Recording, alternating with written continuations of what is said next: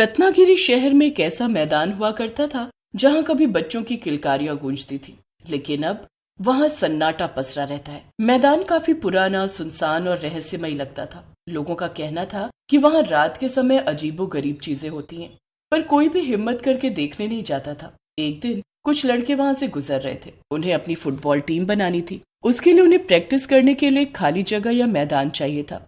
इस मैदान को देखकर रवि भी ठहर गया और सोचने लगा। अरे, ये इतना बड़ा मैदान है पर यहाँ कोई नहीं है। ऐसा कैसे? ये शहर में लोग खचाखच भरे पड़े हैं। कॉलोनी का पार्क पार्क कम बाजार ज्यादा लगता है, लोगों की भीड़ की वजह से। पर ये मैदान एकदम खाली कैसे? क्या सोच रहा है बे? चल, बहुत कम समय है हमारे पास और हमारा सिलेक्शन होना बहुत जरूरी है। अजय रवि से बात कर ही रहा था कि उसका भी ध्यान मैदान की तरफ जाता है। अरे, ये देखो, बगल में छोरा, शहर में ढिढोरा। ये रहा मैदान, इतना बड़ा है।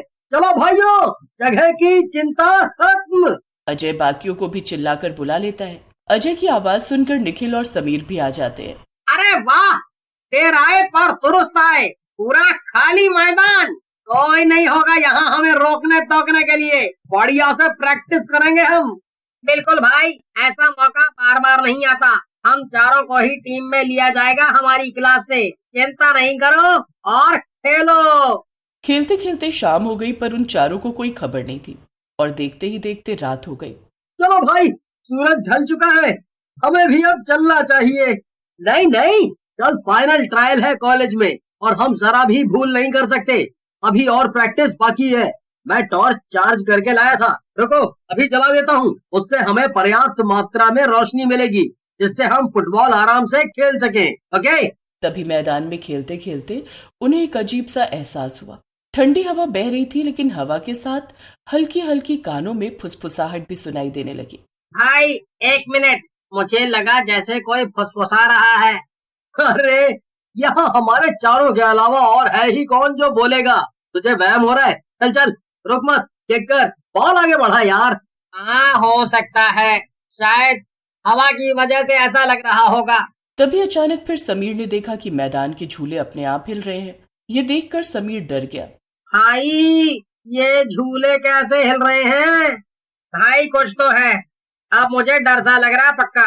चलो भाई, घर चलते हैं, कल वापस प्रैक्टिस कर लेंगे अगर टाइम मिला तो। क्या यार, तू भी ना, रुक जा। रवि ने हिम्मत दिखाने के लिए झूले को हाथ से रोकना चाहा, लेकिन जैसे ही उसने झूले को छुआ, एक ठंडी लहर उसके शरीर में दौड़ गई। तभी अचानक एक डरावनी आवाज उनके कानों तक पहुंच गई। तुम्हें खेलने का बहुत शौक है ना? चारों के कानों में ये गहरी डरावनी आवाज गूंजी। वे हड़बड़ाकर इधर उधर देखने लगे, लेकिन वहां कोई नहीं था। वे चारों अपने इर्द गिर्द देखने लगे, पर उन्हें कोई नजर नहीं आया। तभी फिर उन्हें एक भूतिया आवाज आई। हम वही हैं जिनका ये मैदान था और हमेशा रहेगा।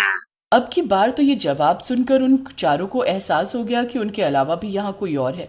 पर कौन? ये सवाल उन सबके मन में घर कर रहा था, क्योंकि उन्हें सिर्फ डरावनी आवाज सुनाई दे रही थी, पर कोई दिखाई नहीं दे रहा था। अचानक चारों के सामने डरावने भूतों का एक झुंड दिखाई दिया। उन्हें देख उन चारों की तो जैसे टाई टाई फिस हो गई थी।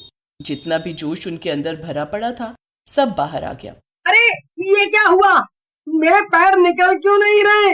हमारी बिना मर्जी के नहीं हिलेंगे, चाहे आजमा के देख लो।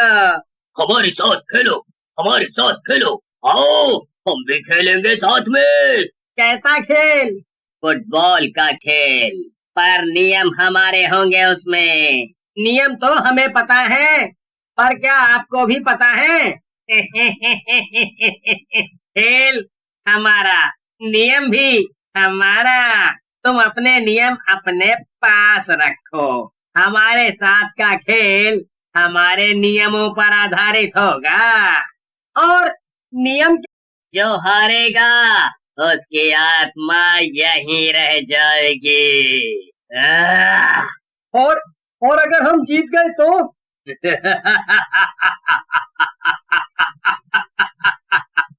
आप हंस क्यों रहे हो? आज तक कोई नहीं जीता, लेकिन तुम लोग कोशिश कर सकते हो। और हम खेलने से मना कर दे तो? बिना हमारी मर्जी के मैदान के बाहर नहीं निकल सकते तुम। तो बेहतर होगा हमारी बात मानो। खेलना तो तुम्हें पड़ेगा बच्चू, वरना उसकी कीमत तुम्हारी जान भी हो सकती है। वे चारों सहम गए और खेलने को मजबूर थे क्योंकि कोई और रास्ता नहीं था उनके पास। रवि और बाकी दोस्तों की आंखें फटी की फटी रह गई। चारों दोस्त कांपते हुए फुटबॉल खेलने लगे, लेकिन जैसे ही उन्होंने गेंद को छुआ उनके शरीर भारी होने लगे, जैसे कोई उनके अंदर घुस रहा हो। तभी अजय की आंखें लाल होने लगती हैं, जैसे उसकी आंखों में खून उतर रहा हो, और बाकी दोनों का भी हाल उनके जैसा ही था। उनका शरीर मानो उनका रहा ही ना हो। वे चारों अजीब से हरकतें करने लगे, जैसे शरीर तो उनका था पर उनकी हरकतें और दिमाग कोई और काबू कर रहा हो। भूतों की टोली जोर जोर से हंसने लगी, जैसे उनका सोचा हुआ प्लान काम कर रहा हो। गेंद हमारी आत्माओं से बनी है।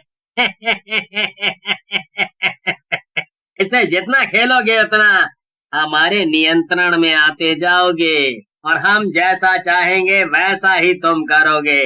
और यही बात है कि तुम अभी भी हमारे हिसाब से ही काम कर रहे हो। शरीर तो तुम्हारा है, पर तुम पर काबू हमारा है। तुम लोग हमारे इशारे पर ही काम करोगे। अब वे चारों समझ गए थे कि ये सिर्फ खेल नहीं बल्कि उनकी जिंदगी और मौत का सवाल था। इधर निखिल गुस्से में अपने दोस्तों से भी झगड़ा कर रहा था। ये सब देखकर भूतों को बहुत मजा आ रहा था। यहाँ अजय बस फुटबॉल को बार बार किक ही मारे जा रहा था। रवि ने हिम्मत दिखाई और जोर से चिल्लाया, हम ये खेल नहीं खेलेंगे। अगर तुमने रुकने की कोशिश भी की तो फिर यहाँ से जिंदा नहीं जा पाओगे। नहीं, मुझे छोड़ दो, मुझे छोड़ दो। अपने बाकी दोस्तों से बोलो जो कर रहे हैं करते रहें, वरना मैं तुझे यहीं से नींद पे छोड़ दूंगा। फिर तेरा शरीर 100 टुकड़ों में बट जाएगा। पूछ ले अपने दोस्तों से क्या करना चाहते हैं। तभी रवि को याद आया कि उसके दादा बताते थे, भूत उन्हीं जगहों पर रहते हैं जहाँ उनकी आत्मा कैद होती है। अगर उस जगह को नष्ट कर दिया जाए तो वे भी खत्म हो जाते हैं। रवि ने अपने मन में ही कहा, मुझे मैदान को नष्ट करना होगा। यही एक रास्ता है इन भूतों से बचने का। रवि चलते चलते ही इधर उधर देख रहा था कि कोई ऐसी चीज मिल जाए जिससे मैदान नष्ट किया जा सके। वो अपना दिमाग चला ही रहा था कि तभी उसका ध्यान उसके बैग पर गया। वो उल्टा चलते हुए ही भूतों से नजर बचाकर भागकर पास गया और उसमें से लाइटर निकाला और मैदान में पड़ी सूखी घास के पास जाकर उसे आग लगा दी। देखते ही देखते आग भड़क उठी। भूत चीखने लगे, नहीं, हमारे खेल को खत्म मत करो। लेकिन आग भयंकर रूप ले चुकी थी। अजय का शरीर नीचे गिरा और उसकी आंखें वापस सामान्य हो गई। बाकी लोगों का भी अपनी हरकतों पर काबू आ गया। वे सभी सामान्य हो गए और चारों दोस्त मैदान से भाग निकले।